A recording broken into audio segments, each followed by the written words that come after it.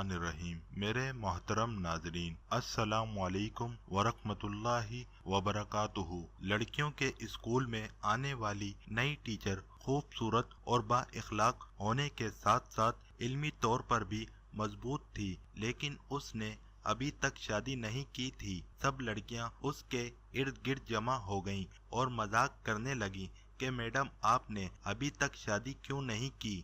नाज़रीन कराम, मैडम ने दास्तान कुछ यूं शुरू की। एक खातून की 5 बेटियां थीं। शोहर ने उसको धमकी दी कि अगर इस दफा भी बेटी हुई तो उस बेटी को बाहर किसी सड़क या चौक पर फेंक आऊंगा। खुदा की हिकमत खुदा ही जाने, छठी मर्तबा भी बेटी पैदा हुई और मर्द ने बेटी को उठाया और रात के अंधेरे में शहर के मरकजी चौक पर रख आया। माँ पूरी रात उस नन्ही सी जान के लिए दुआ करती रही और बेटी को अल्लाह के सुपुर्द कर दिया। दूसरे दिन सुबह बाप जब चौक से गुजरा तो देखा कि कोई बच्ची को लेकर नहीं गया।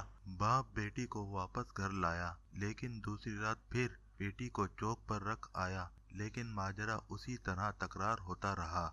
यहाँ तक कि 7 दिन बाप बाहर रख आता और जब कोई लेकर ना जाता तो मजबूरन वापस उठा लाता। यहाँ तक कि बाप थक गया और खुदा की रजा पर राजी हो गया।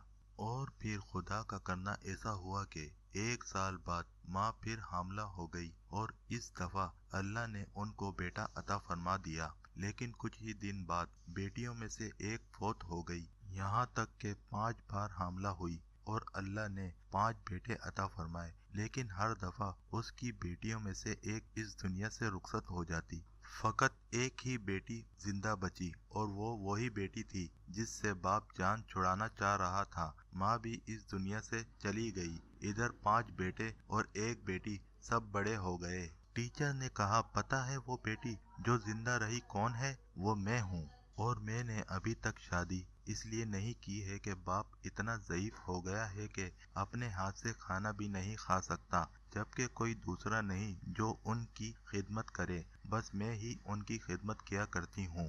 और वो 5 बेटे कभी कभी आकर बाप की अहवाल परसी कर जाते हैं, जबकि बाप हमेशा शर्मिंदगी के साथ रो रो के मुझसे कहा करते हैं, मेरी प्यारी बेटी, जो कुछ मैंने बचपन में तेरे साथ किया उस पर मुझे माफ कर देना। मेरे मोहतरम नाजरीन, जिसे कुरान व हदीस में रहमत कहा गया है और हमारे प्यारे नबी सल्लल्लाहु अलैहि वसल्लम ने फरमाया, मेरी बेटी फातिमा मेरे जिगर का टुकड़ा है, तो हमें चाहिए कि हम अपनी बेटियों से मोहब्बत और उनका एहतराम करें ताकि अल्लाह व रसूल की रहमत के हकदार हो सकें। तो मुझे दीजिए इजाज़त इस यकीन के साथ कि अपना बहुत ख्याल रखेंगे। अल्लाह हाफिज।